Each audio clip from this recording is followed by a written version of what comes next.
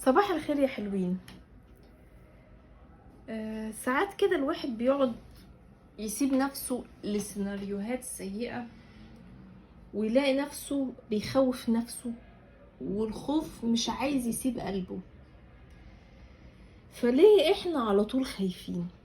انا عايزة اقول لكم ان الخوف انا دايما يعني بشتغل عليه، بس هو من اكتر الحاجات اللي للأسف يعني عندي، هو اكتر حاجة عندي. يعني الغضب لا مش قوي، لكن الخوف موجود.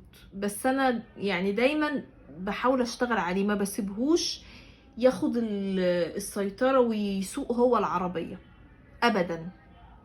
حتى لما بيظهر لي برضو بحاول اخفيه على قد ما اقدر. هو احنا ليه بنبقى على طول خايفين؟ احنا بيبقى عندنا خوف من الاختيار، ان احنا مثلا عايزين نضمن الحل المثالي من اول مرة. يعني مثلا واحدة هتتجوز، فمثلا ايه، جالها شخص كويس ومناسب وابن ناس وامور وكيوت فتيجي تقول لا، احسن يبقى في واحد احسن مثلا، فتبقى خايفة تيجي تقوله لا، والتاني لا، والتالت لا. ليه؟ لان هي خايفة تفوت فرصة احسن. بس هي الحياة مش بتتقاس كده. ماشي، انت من حقك تحط معايير، يعني انها لو ما جاتش مثلا لا خلاص بلاش. بس طبعا مش لازم المعايير هنتفها، مثلا مش حاطه الصفات فلازم تبقى بالملي زي ما انا حاطاها، لا. ولكن لو المجمل بتاع الفكره او بتاع الاختيار عموما، يعني ايا كان الاختيار ايه، انا مش بتكلم عن عريس، او انا بتكلم عموما المجمل بتاعها مناسب ليا، اهلا وسهلا. اتعود كده. ما تفتكرش ان انت من اول مرة هتضمن الحل المثالي. اقول لك على حاجة، انت ممكن تختار حل ويطلع وحش، وتيجي تقول لي يا خسارة، يا ريتني كان فين عقلي، كنت اخترت الاختيار التاني، كنت اخترت الاختيار التاني. بس في الواقع انت لو كنت اخترت الاختيار التاني كان هيبقى اسوأ بكتير. انت ما تعرفش، احنا ما نعرفش الغيب. فما تضمنش، ومفيش ضمان لحل مثالي من اول مرة. هي الحاجة كده، انت بتدور فيها وبتشوف العلامات ماشية معاك، يا اهلا وسهلا. مش ماشية خلاص. الخوف لما بيبقى موجود بيكبر في حياتنا. لو فكرت تشوفه بنظرة اقل هيبطل تأثيره يقل. يعني هيبقى تأثيره، لا مش هيبطل تأثيره يقل، تأثيره هيبقى اقل. يعني مثلا انا واقفة في الشارع مثلا، فشفت حد قال على فكرة في كلب سعران في الشارع اللي هناك ده. فانا قلت يا لهوي، كلب سعران في الشارع اللي هناك ده ما بيني وما بينه 5 دقايق، ده ممكن يجي يعضني معرفش ايه. واقعد بقى اخاف واترعب. بالرغم ان طالما الناس اتكلمت وقالت ان هي لقت كلب سعران، يبقى اكيد حد هيبقى عارف ياخده يوديه مستشفى، حد عارف يخدره. الكلب خاف من المكان راح مكان تاني، في مثلا حد ضربه بحقنة فخدره عشان يودوه المستشفى. طالما ناس اتكلمت وشاركت. افكر بقى هنا، انا سمعت ناس بتحذر من الكلب، وكلب ما بيني وما بينه 5 دقايق، وانا كده كده لو مشيت هبقى ماشية، مش هبصله ولا هاجي ناحيته ولا هجري. فكده كده هو مش هيبقى، يعني مش هيبصلي ولا هيأذيني. شوف لما حطيت الحاجات دي في بالي الخوف قل. المشكلة بقى ان احنا بنفكر في أسوأ سيناريو، بنركز عليه ونعيش الشعور كأنه حصل. يعني قاعدة بتخيل كده وانا رايحة الامتحان، وفجأة اغمى عليا والامتحان موجود. حطوا الورقة وانا اغمى عليا، فرح عليا الامتحان وشلت المادة. طب ليه؟ وابقى بقى عايشة في الشعور ده، ان انا هعمل ايه بعد ما هيغمى عليا وهيشيلوني المادة. افتكروا ان انتوا عندكم ادوات كتير، صدقوني في الاغلب انتوا عندكم ادوات كتير، او اشخاص. يعني هي اشخاص تقدر تحميك، واولها نفسك انت. يا عندك مثلا انت هتبقى في الجامعة، ففي هيبقى وقتها ان انت مثلا ممكن يتعمل لك كشف طبي او حاجة، فان انت الامتحان ما راحش عليك بس اتأجل. في ادوات حواليك انت مش مركز فيها، انت مركز في الخوف وبتكبره.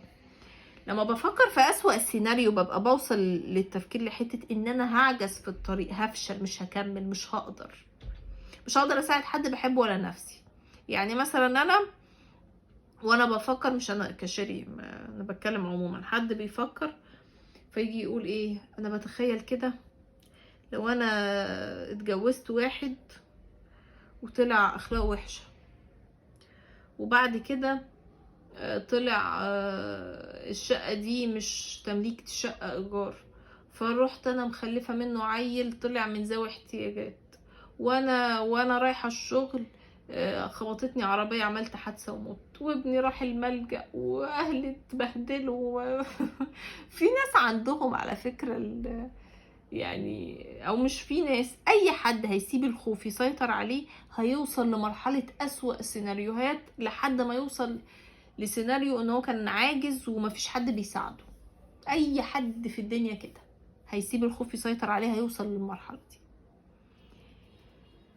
عندنا كمان حاجة من ان احنا بنبقى على طول خايفين، عايزين اللي بنحبهم دايما يعيشوا في عالم مثالي. يعني خلفت بنت او حتى ما خلفتش، عايز اهلي ما يشوفوش حاجة وحشة، ما يحسوش بالغضب، ما يتألموش نفسيا.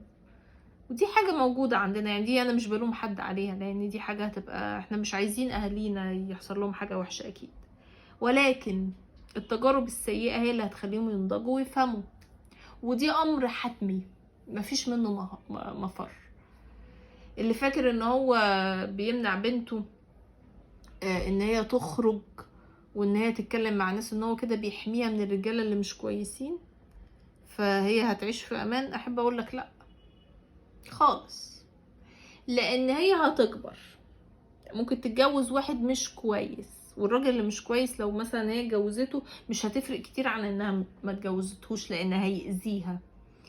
او هتتعامل مع راجل كويس وكل حاجة، بس هو مش معاها 24 ساعة، فتنزل تتعامل في سوق العمل، يحصل مشكلة في المدرسة، مش عارفة ايه، تقابل شخص مش كويس او انسانة مش كويسة وتأذيها. العزلة عن الناس مش بتمنع ان التجربة السيئة هتجيلك، هي جايلك بس مستخبيالك. الفرق بقى لو انت بتتعامل وجهز لهم، انت عارف الاسلحة، لا ده عايز الشاكوش، ده عايز السكينة، ده عايز يتشتم وهكذا، فانت عارف الادوات.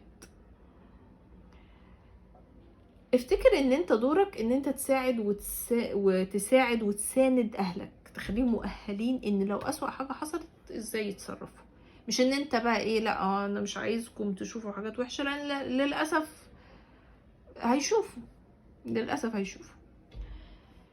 اخر نقطة بتخلينا خايفين التجارب السابقة. نقعد بقى افتكر لما وثقت في البنت دي وغدرت بيا وانا مش عايزة اصحاب بنات، ولما وثقت في ده، ولما وثقت في، اتعودوا كده ان الكرباج ما يطلعش ليكم خالص، امال يطلع لمين؟ يطلع للي يتجاوز معاك. يوم لما اطلع الكرباج اطلعه للي يتجاوز فقط، لكن ليا اتعود ان انا اخطأت، طب وماله، اتعلم ونقطة من اول السطر، دي شعاري، نقطة من اول السطر. لكن ما اقعدش عايشة في السيناريو الماضي وانب نفسي واجلد نفسي ما اعملش كده ابدا.